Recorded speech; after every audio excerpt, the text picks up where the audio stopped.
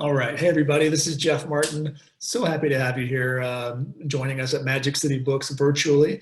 We've been doing these virtual author events since about April and doing two, sometimes three a week. So it's been really great to stay connected with all of you and still have that lifeline so we can talk about books and have some moments where we can escape the world. We have a little bit of fun counter programming tonight. So we're not watching, some presidential debates or anything. We're going to be having a good time, and then we can catch up on that later. But we also do have moments where we want to talk about what's happening in the world. So kind of creating a little bit of a mixtape for all of you to help get through these weird times that we're living in. We won't be doing any public events, with real life human beings probably until well into 2021. But we're going to keep our schedule going. We're going to keep bringing you all these kind of interesting events. And we have a pretty wide range. We have everything, coming up from, Roxanne Gay over here to Matthew McConaughey, right? And everything else in the middle there. So a really nice variety for something for everybody. Really been looking forward to tonight's event. I'm sure based on the enthusiasm of how many people are buying books and, really getting excited for this event, that all of you are quite familiar with the work of Caitlin Doughty. I probably don't need to tell you this, but, she's a mortician, an activist. She's,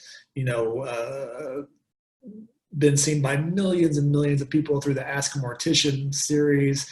And tonight we're going to be asking a really important question, which is, will my cat eat my eyeballs? Which is something I think we all want to know and learn more about. So what's really fun tonight is Caitlin has been doing this virtual book tour and really been mixing it up. We've had a lot of great conversations, but we've yet to have an evening that I would call truly interactive. So tonight we are doing a craft night with Caitlin, and she's going to take the lead here and just have a great evening with you, having some fun times. And we're also going to be taking your questions. So if you put questions in via Facebook or send them through us through email, we've already gotten those and have passed those on to Caitlin. If you want questions tonight live, put those into our Q&A, and Caitlin will be looking at those and taking those in the second half of the program. Many of you have bought this book already. Thank you for doing that. Really, really appreciate that. If you'd like more or to get additional copies, we will be posting links here in the chat throughout the evening so you can get another book. Great gift. It's, believe it or not, holidays are just around the corner. So what says happy holidays like a book about death? It's a really good time to think about that. So thank you for joining us. I'm excited to just sit back here and watch and have a great time with all of you. We hope to see you very soon, but I'm going to say, without further ado, live from Los Angeles, ladies and gentlemen and everybody else, Caitlin Doughty. Welcome, Caitlin. Hello, everyone. Thank you for coming. Can you hear me, Jeff? You can hear me? Okay, I'm assuming because you disappeared that you can hear me. Yes, we hear you. All right. So before we start, let me tell you a little story. Tonight's event was supposed to be Crafting with Caitlin. And listen, it still is Crafting with Caitlin. I am completely committed to that theme.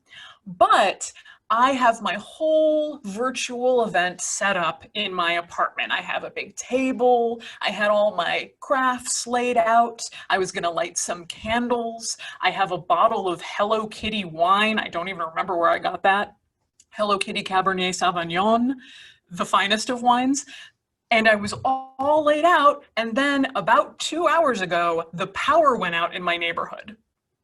Completely out, completely dead, not a street light on, not an air conditioner on. It's like 90-something degrees in LA right now, and no internet.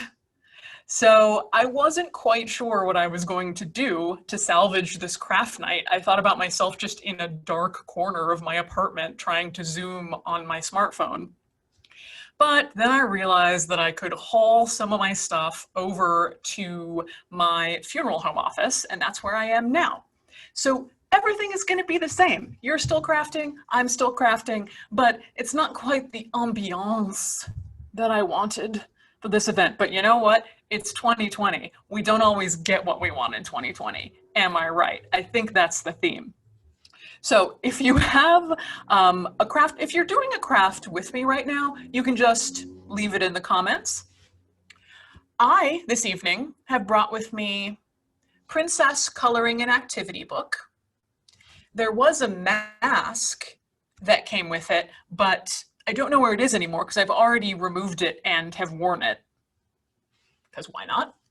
Someone says they're knitting a dragon. That's exciting. That's way more exciting than my princess coloring book. I got this during the pandemic to soothe myself, and it has worked pretty well. And this is not to say I haven't done coloring in the past. I have. Working on my 18th century petticoat. Wow. A lot of knitting. That's not surprising. I feel like my fan base is, not my fan base, that's deranged. My people who support me and watch me. I feel like I probably have a pretty high selection of knitters in that group. Where's my beautiful coloring that I did? Oh, there she is. Look at her. Isn't she lovely? So I think what the plan here is I actually do have a little presentation that I also prepared of art that really inspires me, art throughout history and crafts throughout history that have really inspired me that are death related. So I'm going to pick a princess to color, and I'm going to screen share the screen, and we're going to enjoy the art on the screen together while we craft together. This is the intention anyway. Can we pull it off? Who knows? This has never been done. There's never been a crafting virtual event ever. I've decided on this pony, by the way. I'll keep you abreast of pony developments. So without further ado, let's do a screen share. And here we go, share and play. So in front of you now, you should see a church, and you should see little Caitlin in the corner. That church is from the 15th century, and it is in very rural Slovenia. And I visited Slovenia, gosh, it was, what was that now? Maybe 5 years ago?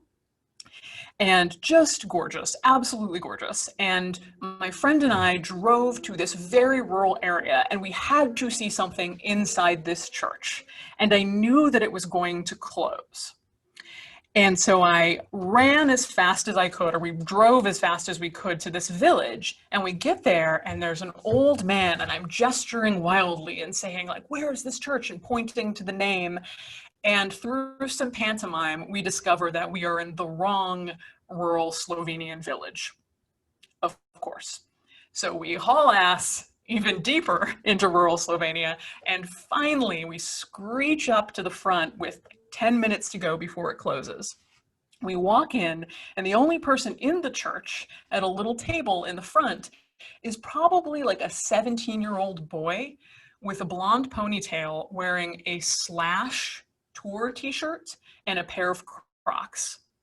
And he does not speak English, but he is the person who is there to help us tour the church. And he says, I play this for you. And he points to a boombox, and he carries around a boombox on his shoulder that's speaking in English about the art that's in this church, while simultaneously using a laser pointer to point out the art. And what's in this church, big reveal, is this huge, I think it's like 23 foot long fresco of the Danse Macabre. And many of you are familiar with the Danse Macabre. Danse Macabre is probably my favorite genre of art that has ever been. And it's the late 14th century, or late 15th century, sorry, 1400s version of death art, medieval death art. And in this one, you can see doesn't matter if you're a king, if you're a bishop, if you're a pauper, death will come to dance with you at last. And this particular fresco, this big, I have to focus on my pony as well, excuse me. Can't be totally invested in my lecture. I have a pony to color in. But during this time period, it got covered up after it was made by the original artist, and it was lost to time under like spackled walls of this church until 1949, where they discovered there was this huge, magnificent Danse Macabre fresco within the walls of their very church. Now, there are lots of different examples of this from the 14th century and from the 15th century. And really why it was so important at the time was that, one, it's a memento mori. It tells you that you are going to die, whether you like it or not. It's also a reminder of the equality of death. Again, the message that I love so much about it is that you can be a pauper, you can be a miser, you can be a king, doesn't matter who you are, death is coming for you. And not just skeletons, which I think we tend to think of. Often in this art, and the artisans that created it were using decomposing bodies and decomposing flesh, which is my vibe personally. Also, in this period of time, there was death everywhere. This was, the 1400s, we're talking the Black Plague, we're talking the 100 Years' War, we're talking famine over the land. And I'm sort of interested to see, and you'll see more of this in the modern art that I have later in this slideshow, but I'm really interested to see what kind of art ends up coming out of 2020, because I do feel, and maybe this is just because this is the darkest year I have ever personally lived through, but it feels like there should be some sort of profound art that comes out of this year, right? Surely. And I'm not making the argument, like I remember there was that tweet, I think, at the beginning of Donald Trump's presidency where someone was like, oh, well, we're going to get some good punk music out of this. And people were like, what? That's not the point. But here's a second one that I love, which is the 3 living and the 3 dead. So this is also part of the late medieval macabre, the art that I love most of all. And this was actually a story. It's a story, it's kind of a parable of the 3 living and the 3 dead, but it was also represented in art very often. And those are 3 princes, 3 noblemen, 3 vibrant young living men there on the left. And they go out for a hunt. They go on a fun, what rich medieval people did, some sort of pheasant hunting or rabbit hunting or something like that. And they come upon their 3 corpses. So it's not like they just come on 3 random corpses. They come upon their own corpses standing there, decomposing, sending the message, as we are, so too will you be, you vain young men. And these skeletons are especially good because, as you can see there, they have very silly smiles on their face. And I like them very much. And I hope that when it's time to face my own mortality in a very real way, that's the version of a skeleton that shows up, just like, hey, hello there. So, moving on in history, we come to Vanitas paintings. Now, I said that the art of the medieval macabre was my favorite art. And I think for the most part that's true, but visually, oh my gosh, look at this. Look at this magnificence here. This is more the 16th century and the 17th century, where you see artists start, at least in Western art, start to back away from the full court press of the skeleton and the decomposing body and the flesh rotting off. And the reminders of death were slightly more subtle. It wasn't quite as in your face. It was more just a skull, clean of the flesh, in some tableau like this, usually with some sort of other reminders of mortality. Fruit was very popular in Vanitas paintings because, fruit decays and smells sickly sweet the same way a corpse would. Flowers, another popular theme, as you can see here. Look at that. Isn't that just stunning? Don't you want that as the main art feature on your wall? Or, you could have this pony or a Vanitas painting, 6 of one, half a dozen of another. Equally good taste, either way. So let's jump ahead now to more modern art that I love. This is the art of Teresa Margoyes, a Mexican artist, and I think I may actually have talked about her in the big corpse art video we did maybe 2 years ago. I can't remember, but she is a real favorite of mine because there's the corpse used in art, and then there's the idea of the corpse that's used in art. And she really specializes in the idea of the corpse in art. So she worked as an artist in the Mexico City morgue. And she was especially interested in the gang violence and the drug violence that was happening in Mexico City, and the ways that it was covered up and the ways that it was hidden. And so what she did was she would make these art installations, and it sounds like something that is very wild, but in fact, she's a very respected artist. I think this was at the Venice Biennale. So she's hot shit. She's a big deal. And so she would take, for this particular one, she would take the water that was used to wash the corpses that came in to the morgue, that died by these violent means, and she used that water to create these bubbles. So you would walk through the exhibition and the bubbles made of corpse water would pop upon your skin, which that's, you know, you cannot say she did not go there, which I completely respect about her. Here's another one, a very similar installation from Teresa Margoyes, which is vapor from the corpse water. So you would walk through the room and you would basically breathe in this death and this feeling of death. And I do think that art has a very, I mean, this is going to sound like a very basic thing to say, but art done well like this really does have the ability to engage you with the realities of death.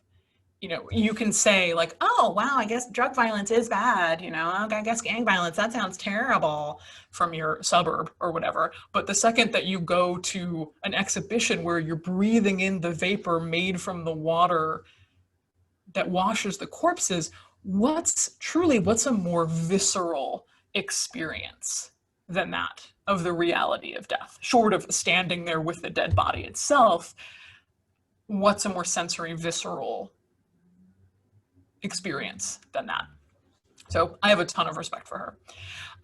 Another artist that I have a lot of respect for is Sally Mann. Corpses Ahead, by the way. I know that you're at a Caitlin Doughty event, and it should be expected, it should really be on the agenda, but just as a warning, if you're, I don't know, with your grandmother or something, she might like them, but it's not a skeleton that's smiling like this, it's a real corpse. So this is Sally Mann. Some of you are probably very familiar with Sally Mann's work. She is a photographer, and her, perhaps I think her most famous body of work, I didn't even intend to make that pun, famous pieces of work are her work at the Body Farm, the original Body Farm in Tennessee. And she would go and she would take these very artistic pictures of people post-mortem. And most of you are familiar with the Body Farm, but it is designed to test and do research on bodies after death. So here's another one. They're interested in what happens to a body after death. If you lay it out in a field, if you put it in a tree, if it has this kind of clothes on, will it decay? And this is where forensic research in its purest form really happens, because you can test exactly how long it takes the blowflies to mate in a dead body, or how long the maggots take, or depending on the humidity, what happens to the body. So she is capturing in an artistic way very real forensic research that is happening. But what I like about her art is that it's incredibly respectful. Here's another one. Like, look how beautiful that is. It's really a stunning piece of art beyond, you know, just the photograph itself. So I like that she's taking something that we tend to be afraid of, which is not only a corpse, but a decomposing corpse, which for many of us, probably not people in this Zoom right now, but for many of us, think of as the absolute scariest, worst thing possible. But here we are in this elegant, foggy black and white on vintage cameras, and treating this as a subject of great respect. Another photographer that I enjoy a lot, I'm working on Pony's bridle here. Another photographer that I enjoy quite a lot is actually a friend of mine named David Orr. And David Orr, O-R-R, spoke at Death Salon, I think in 2014 or 15 in San Francisco. And he introduced this to us, and it was everybody's favorite talk from that event. And this is from a piece that he calls "All That Is Solid Melts into Air." And what he's done for many years is when there is a violent death in the Los Angeles area, a gunshot death, a stabbing death, and it's on some sort of public street in Los Angeles, he goes to the exact spot where, say, the shooting happened, and he takes his camera and he trains his camera at the sky and takes a picture of what the sky directly above the person who has died looks like.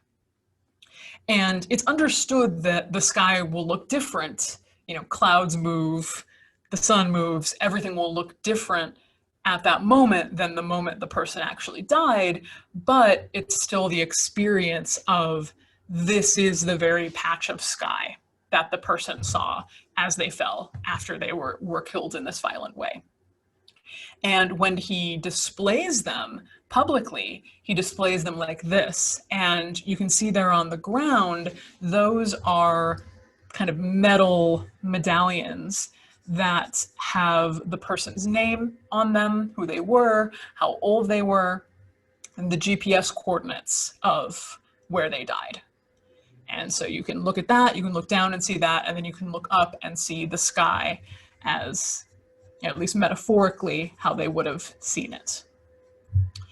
And lastly, I want to talk about art that has inspired me, but sort of, it's become more complicated over the years, but that's the interesting stuff, right? That's where it becomes interesting, where things that you once loved maybe change for you a little bit. And that is the art of Joel Peter Witkin, who probably many of you have heard of. If you haven't heard of him, you've seen his work.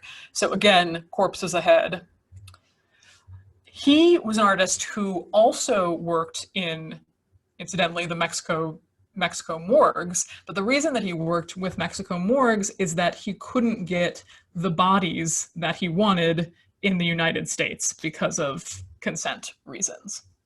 And so what he wanted to do was photograph these tableaus with disembodied feet, disembodied heads, corpses. Here's probably one of his most famous pieces, which are these two heads kissing. Who knows if that's what they wanted? But when I was in my late teens, I thought he was the absolute coolest. And I still think that there's much to be said about his work and what he's done. And he's also very well known for working with people and models who are marginalized in some way, intersex people, people with dwarfism, people with disabilities, and they have from my understanding, have very positive experiences with working with this artist. They very much feel seen, they feel like a part of the process, they feel like they are being photographed in a way that is fantastical and exciting and does them justice in some way. However, corpses are not really able to give their consent to such things. So when I look back on a piece like this, I really love it. And I think it's, I think these are beautiful. This is obviously kind of a reference to like a Vanitas painting that we saw earlier. And I think that they're beautiful, but now I somewhat question whether they are the most ethical photos. Because I just don't know that someone's art justifies breaking that taboo. And maybe that's something that we should talk about. Ask a question about that if you're interested in it. But it's not that I'm not. I was doing an event last night and the question came up, do you think that people should be able to donate their body to artists after they die? And I do think so. I think if there's a situation where a dying person is like, heck yes, put me in a Joel Peter Witkin painting, lay me out, have me doing, give me to Body World so I can be spiking a volleyball or playing the guitar. I think that's wonderful. That's what I want for myself. Then absolutely, I have no problem. It's not like have some moral obligation or some moral feeling that no artist should be able to use corpses as material or corpses in their work. But I do think that if you're going to be photographing people to the point that they're recognizable, which is the difference between, say, Teresa Margoyes' work, where it's not actually the dead body, or Sally Mann's work, where you can't recognize the person being photographed. Given that you can recognize these people, for instance, is that a line that we should be really willing to cross as a society? And I'm not sure. But anyway, this comes to the conclusion of my little presentation about art that inspires me. There's many more, but these were just the ones that I've been thinking about a lot recently. I actually don't know the name of this artist, but it's very good. Very relatable. There he is. All right, I'm escaping us from here, and I'm going to stop sharing the screen. And now I should be back big, hopefully. And I'm going to open up the Q&A and see what we got here. And also hopefully be able to focus a little more on my pony. I'm sure you're all way ahead of me in your crafts right now. This is where we are with the pony. I do like the teal bridle. I feel like that was a good decision on my part. Drop the pen cap. All right. Purple pony? Partly purple pony. Where did you get your earrings? These are just normal earrings. These are just some hoops that I probably got at Target 7 years ago, unfortunately. I should have had a cooler answer than that. What I need to not do is get so focused on this pony coloring that I'm just silent for a while. I had a moment where I was just now putting a purple swoop in her beautiful mane, her bangs in her mane, and I realized that I just was about to stop talking and focus in on it. How should we deal with the dead from a difficult history? We're checking in from Maryville, Missouri, near Skidmore, where the Ken McElroy case happened. Deal with the dead with a difficult history. I don't know that case, so you will have to tell me about that, because I'm not totally sure what it means to be the dead from a difficult history. So, Abigail, follow up on that, and I will answer more. What made you want to start the YouTube series, Ask a Mortician? Well, it's a funny story, Sarah.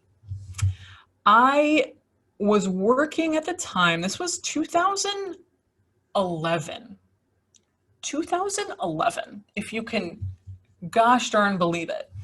And I was a young mortician, and I was working at a place in the Valley here in Los Angeles. I was their sort of main funeral director at this establishment.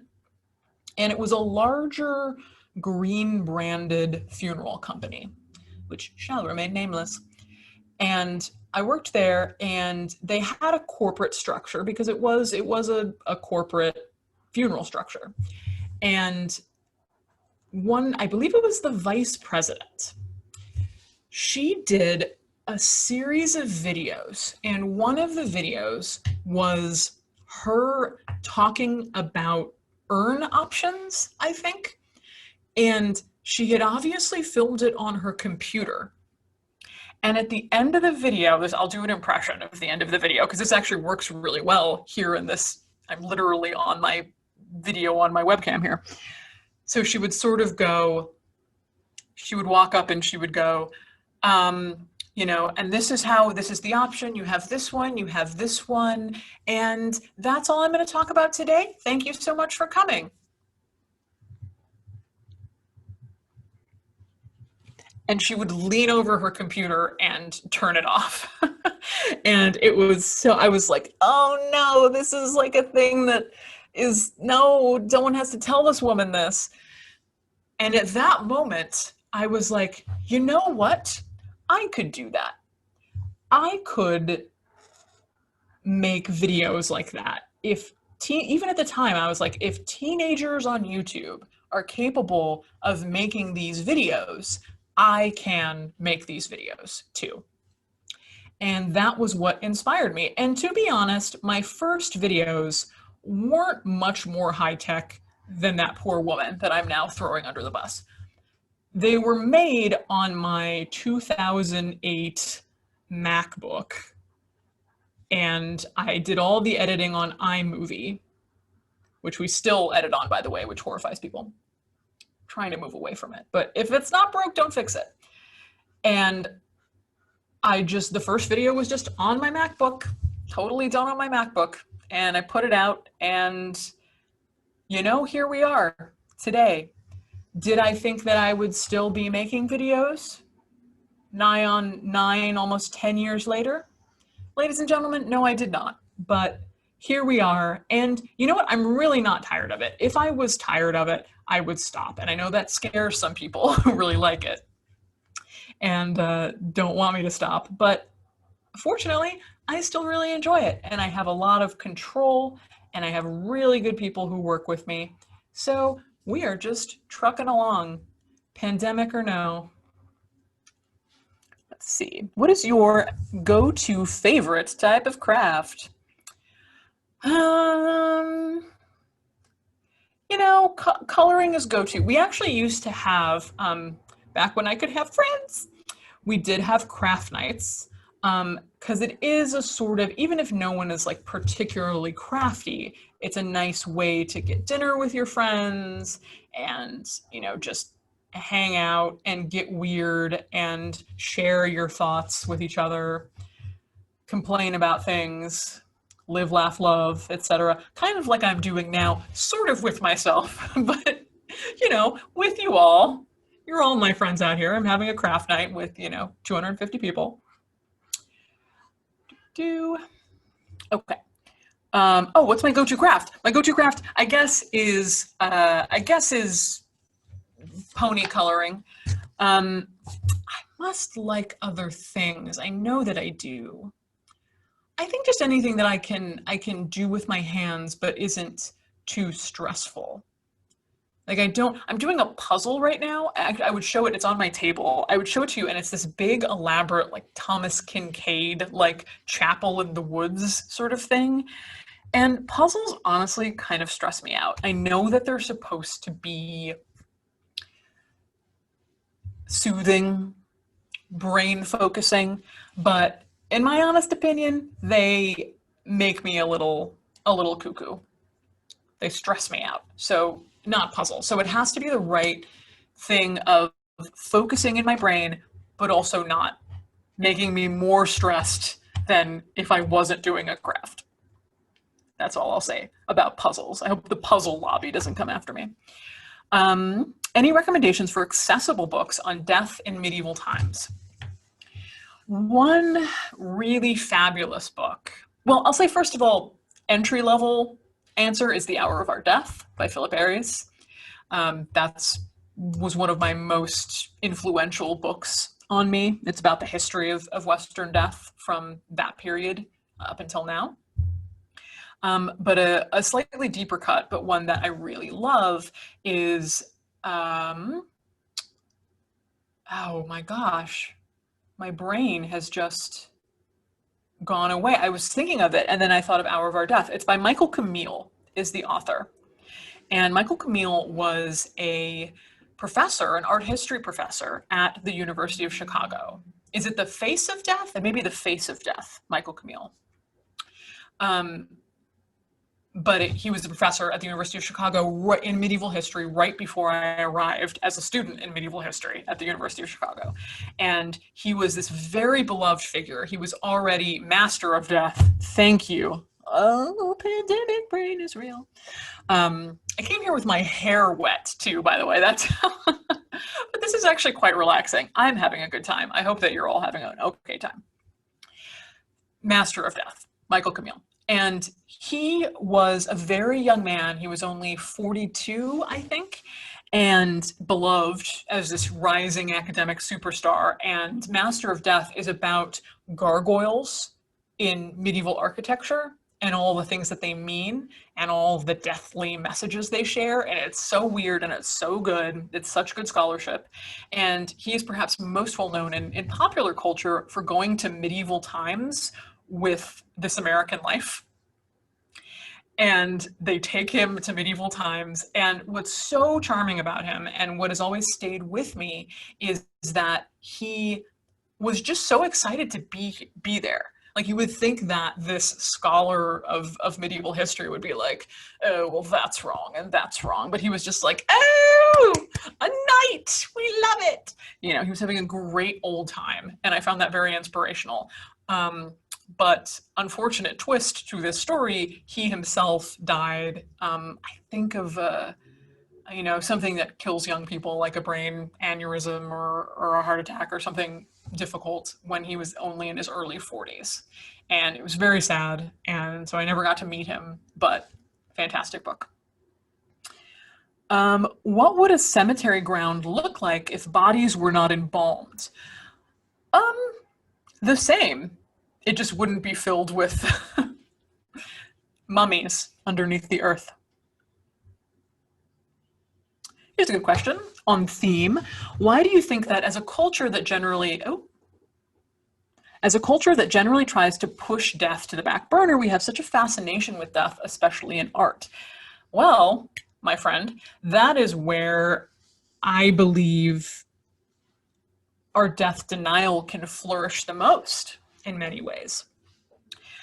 There's a lot of, if you talk in academic circles, there's a lot of people who will say, oh no, we don't really have a denial of death in Western countries, in the United States especially.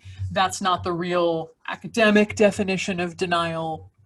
In fact, you know, we have zombie shows and murder shows and CSI and all of these different things, and we're constantly engaged with death. And that's true, but my argument is that that's not real death. You know, at the point that, and I'm not knocking true crime podcasts or shows here, but that is not likely how you're going to die.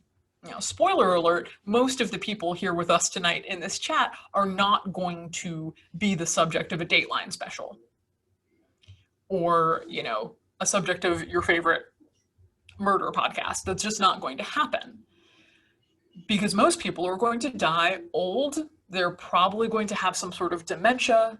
They may have cancer. They may be on hospice. These are the real truths about death in our country. And that's what I think we do a very bad job of talking about and have this real level of denial around. It's not the art that we see, you know, it's not like The Walking Dead. It's not that we don't talk about zombies enough, you know, or we don't talk about murder enough, or we don't talk about, you know, the ticker at the bottom of CNN with all the COVID deaths for the day. That's not what I'm worried about. What I'm worried about, those are reflected in art, those are reflected in media. But it's the real types of death and how most people are likely to die that don't get much attention and you don't hear about, and that we don't have a lot of art representing, which is why something like Sally Mann's art is so beautiful, because it's really about death as it really, a decomposition and death as it actually is.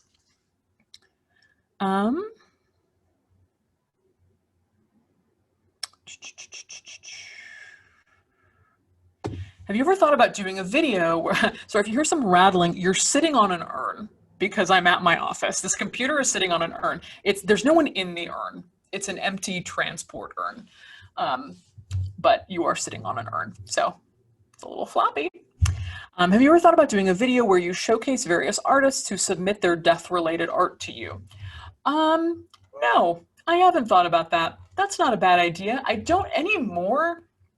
It's hard for us to do a video that isn't all in. And what I mean by that is like we don't really do videos anymore where something is kind of as casual as that. I mean, I guess there's a way to do that more formally, but really anymore, every video is something that we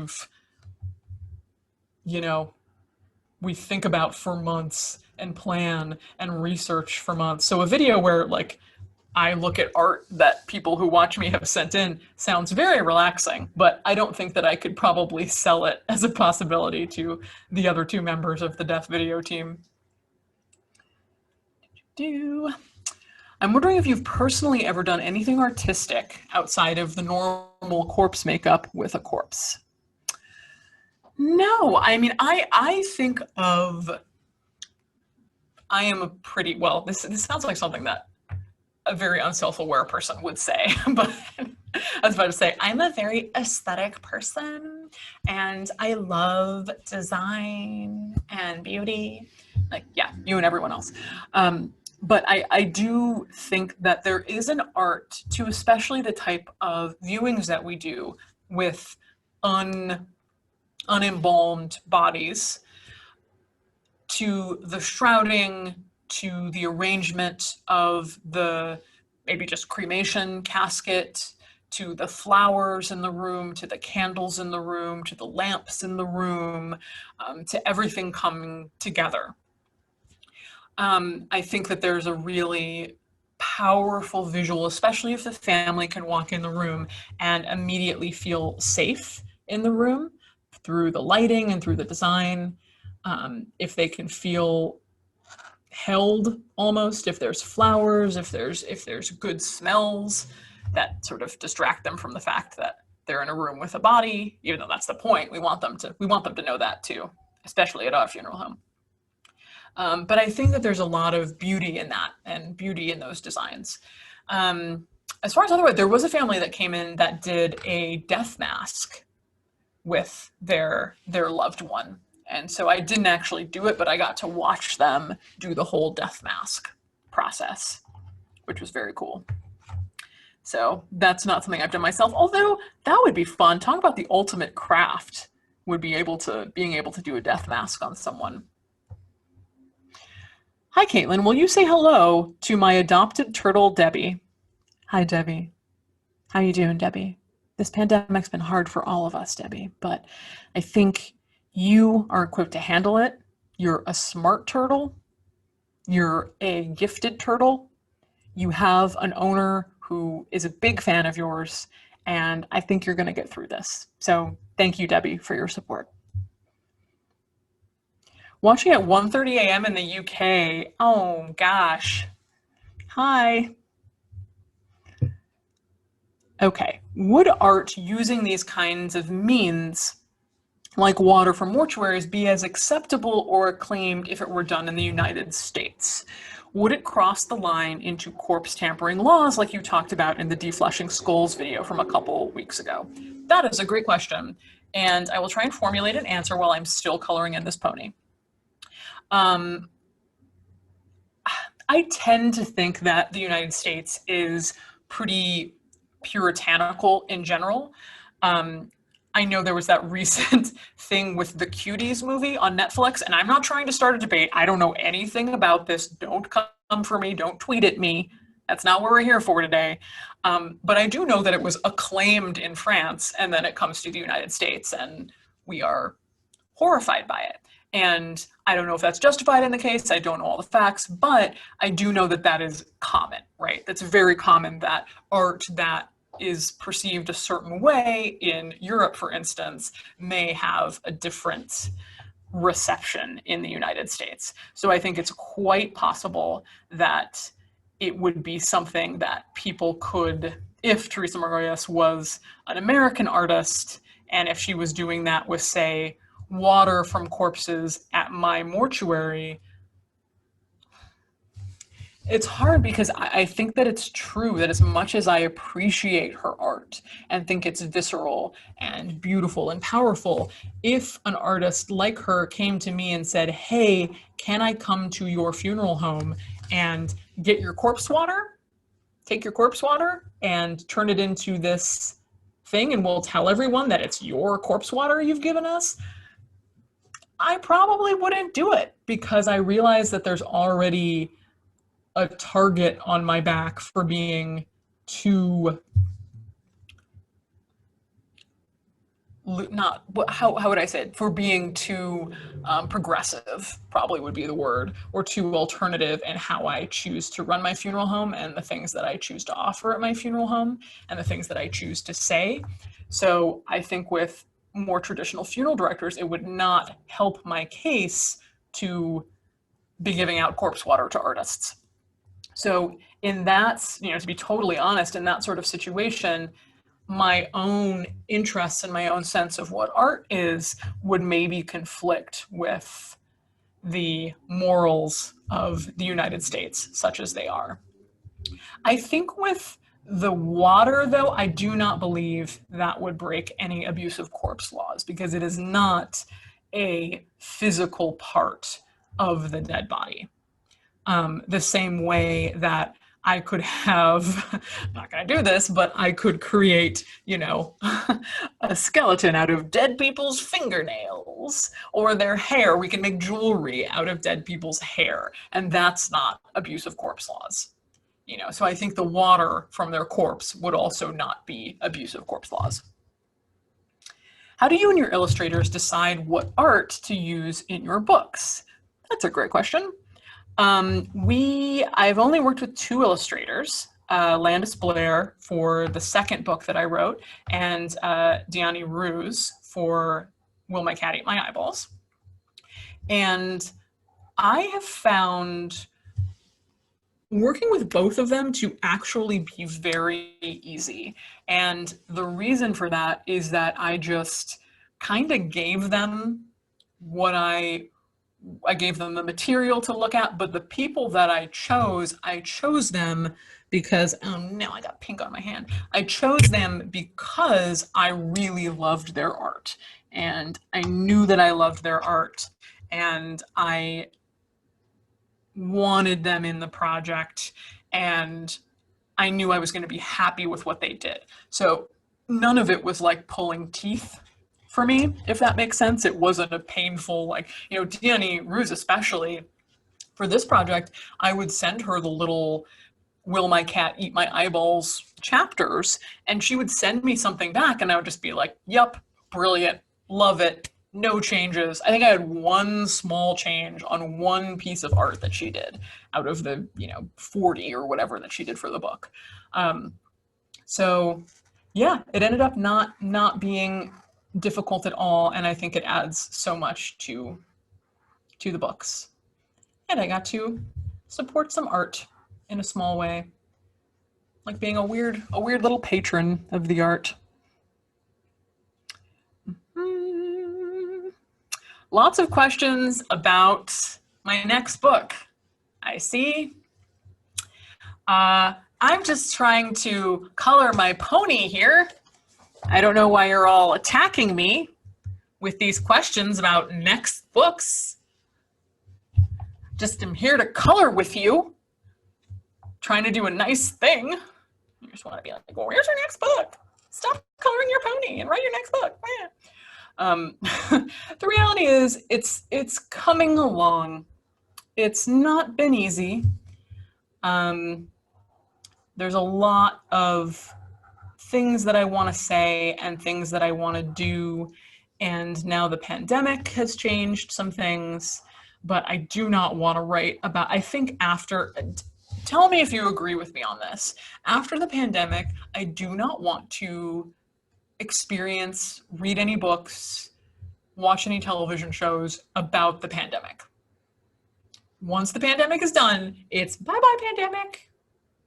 la la la. I mean, I do hope that some of the lessons that we've learned carry forward and that there are like fundamental things that shift after the pandemic. But I'm not interested in engaging with art that is about the pandemic. No, thank you. No, no, thank you. So much I'm seeing a lot of you agree with me. Thank you. I feel very seen in my desire. And it's not like I want to like shut myself off from the truth of it. But as someone just mentioned there, we're all living through the truth of it. Like if you're paying attention, you are engaged in the truth of it. And we don't need to excruciatingly relive it in detail following this. So I think that I do want to maybe have the pandemic sort of affect my work, but I do not want it to be the subject of the book. I don't want to write about like a funeral home and the pandemic. I don't want any of that in it, even though that is what I am living now. And that was another question was, how is the funeral home doing in the pandemic? Well, here I am at the funeral home. It's fine. I've mentioned this before, but there was a couple months there where we couldn't have viewings and we couldn't have people come in. And that was really, really, really hard for us because that's the whole point of what we do, is to have it be family involved and incredibly accessible for families and people. And so to not be able to do that was very, very difficult. And now things certainly aren't back to normal by any stretch, but we have, as so many businesses that you're probably familiar with, have found a way to make it work and keep things social distance and keep things safe. And part of the original difficulty was that we didn't know whether COVID bodies were safe or not. And now we're the science is showing that pretty positively they're probably not. I mean, don't 100% take my word on that. Things can always change with the science, but we now think that the dead bodies that have COVID-19, even if they died from it, are not infectious post-mortem, just because of how the infection actually spreads in the real world and how quickly that type of virus dies in the body. So once that was slightly taken away as a concern, still being very safe, and once we learned the best practices for social distancing, things are somewhat back to normal. And there are still a lot of people dying in California, but it's not, we have never in California had the situation that they did in New York, for example, or Houston, where bodies were literally piled up in refrigerated trucks outside the funeral home or outside the cemetery. So we've been somewhat lucky in that sense. But yeah, things are normal. Things are pandemic normal now. They're not normal, but they're pandemic normal.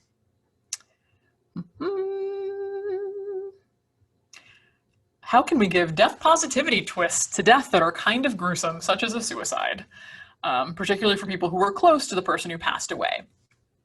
Well, when you say a death positive twist, I think that what you're saying is not like we need to give it a full stop positive twist, because that's not, we're not going to give someone who died by suicide, we're not going to try and give their family a positive twist on it.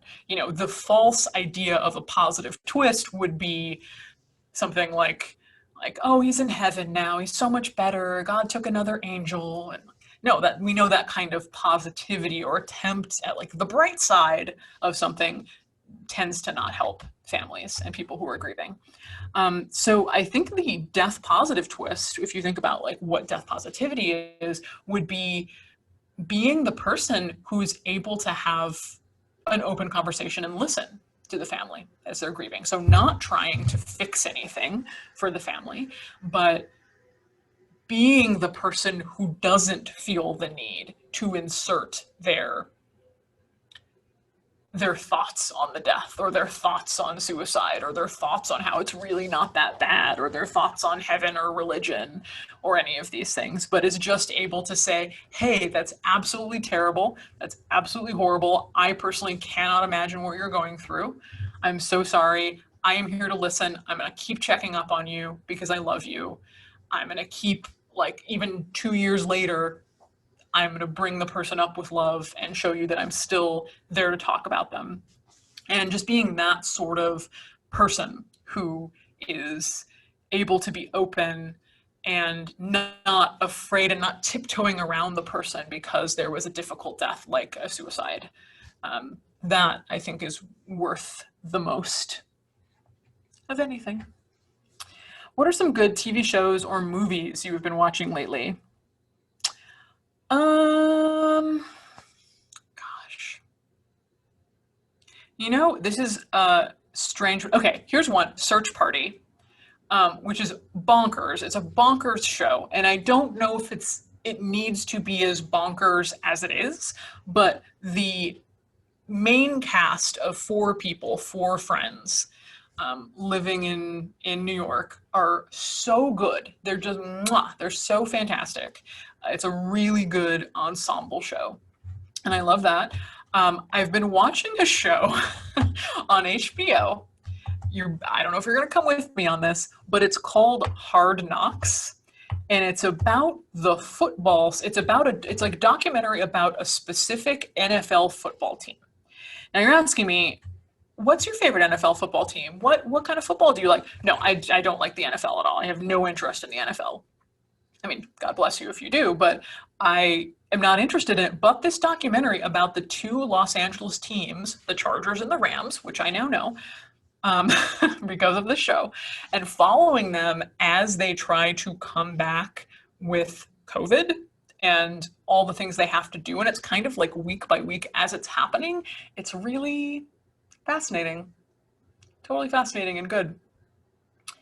How do you see the events of 2020 affecting the protocols and procedures for mortuary services? This is a thing that I think a lot about. I think about it all the time. And my hope is that we find a way to not fall back into more traditional ideas once it's done. I hope that funeral directors, my fellow funeral directors, do not use the idea of the dead body being dangerous as a thing to, with COVID, they don't use COVID as a way to try and further convince people that the dead body is dangerous without embalming. I hope that people don't turn more and more to Zoom funerals. And Zoom funerals are great if you're far away and you absolutely can't come, but I hope it just doesn't become the default. And I hope that even in the terrible situations that we've seen of people not being able to see their families as they're dying after death for the funeral, I hope that that makes people upset and it makes people angry. And they say, wait a second, when this is all over, I want to make sure that that doesn't happen to me, and that isn't what continues to happen in the funeral industry, and that we are more involved and we are more knowledgeable and we are more engaged, and we don't pay $14,000 for things that we don't need. And I hope that happens in a lot of different ways in the United States especially, but probably all over the world. Okay, so, oh my God, it's 6 o'clock already. I will say that I have made some nice progress on my pony. I think that's not bad for I mean, it's not like I drew the pony, but for talking to you and giving a little lecture and doing my pony, I think that I've been impressed with my multitasking. If you did some sort of craft, please send it to me. Send it like as a, an Instagram story or message or something. I'm not saying you have to post it on Instagram. I wouldn't make you do that unless it's a beautiful craft. But find some way to send it to me. I will answer 2 more questions because I know that these fine Magic City folks have to go home at some point, or they're home, but it's later there. What is the book that you had the most fun writing? Ooh, that's a really good question. I've never thought about that. I'll tell you what, it's not this one that I'm currently writing. That one's number 4. It's 4 out of 4 in the list. I liked Will My Cat Eat My Eyeballs because it was individual questions. So I got to like focus on the world of an individual question, but then I only had to write, 1,000 words, 2,000 words, and then I got to feel like I had done something. Because most of writing a book is feeling like it's never going to end and that you've never, will never complete it. But with Will My Cat Eat My Eyeballs, I could finish a question. Sorry, ASMR. I could finish the question and finish the writing and be like, done, time to go about my day and feel like I've done something. But I will say, From Here to Eternity, because I got to travel around the world, who doesn't love that? Smoke Gets in Your Eyes, though, looking back on it, I got the book contract for Smoke Gets in Your Eyes, and I got to quit the kind of corporate green death job that I had to write the book. And I didn't really have much else going on. I was making one YouTube video a month in 2013 or whenever this was. And I was starting a funeral home, which wouldn't open for 2 or 3 more years. But I didn't really have anything to do looking back on it. I was just writing that book. I was able to go to an inexpensive cabin and focus on writing this book, which seems so a wild privilege to me now that I'm writing a book simultaneous with all these other things that I do. So it was a simple time. It was a beautiful time when I was writing that book. And I probably didn't appreciate it at the time. Alas.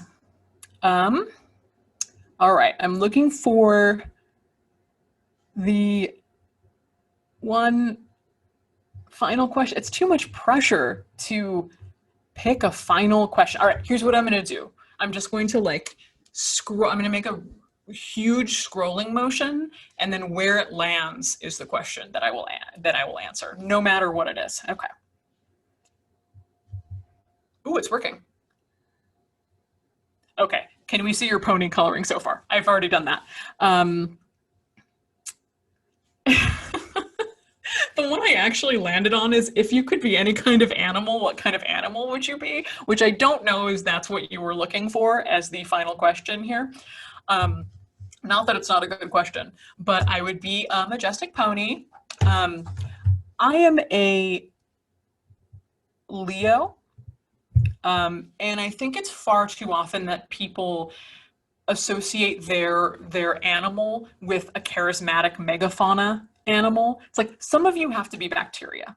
Some of you have to be marmosets. Some of you have to be, cockroaches. Not everyone is going to be a lion. Sorry, everyone. But I do sort of relate to the lion because they are powerful and they are intelligent, but they also need a lot of naps.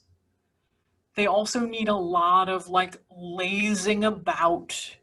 They have good hair, which is one of my few positive, truly positive traits. And so I'm gonna say a lion, and that may be unself-aware of me. Maybe you're no, you're a spotted woodpecker or something. But yeah, that's what I'm gonna do. This has been really fun. I feel like we could just keep going to do this for hours, except I'm at my funeral home, and some of you have probably left to watch the debate. Godspeed to you. I'm actually kind of glad I'm not home right now, so I'm not going to fall into just watching it. I'm oh, sorry, I'm at the funeral home. I couldn't. Oh, the debate. I didn't know. Debate? What debate? I really appreciate all of you coming and doing this with me. I hope you got some really good crafts done. I'm sorry it's not in my beautiful setup, but you're all so kind. You probably didn't mind at all because you're all better people than I am. Really appreciate it. Thank you so much to Magic City Books. I hope the reason that I originally was going to go with them is that I wanted to go to Tulsa. I wanted to go to tour someplace that I had never toured before, but we're going to make it happen later. I appreciate you all so much. Really great questions. I'm sorry I didn't get to them all. And I'll see you later. Bye.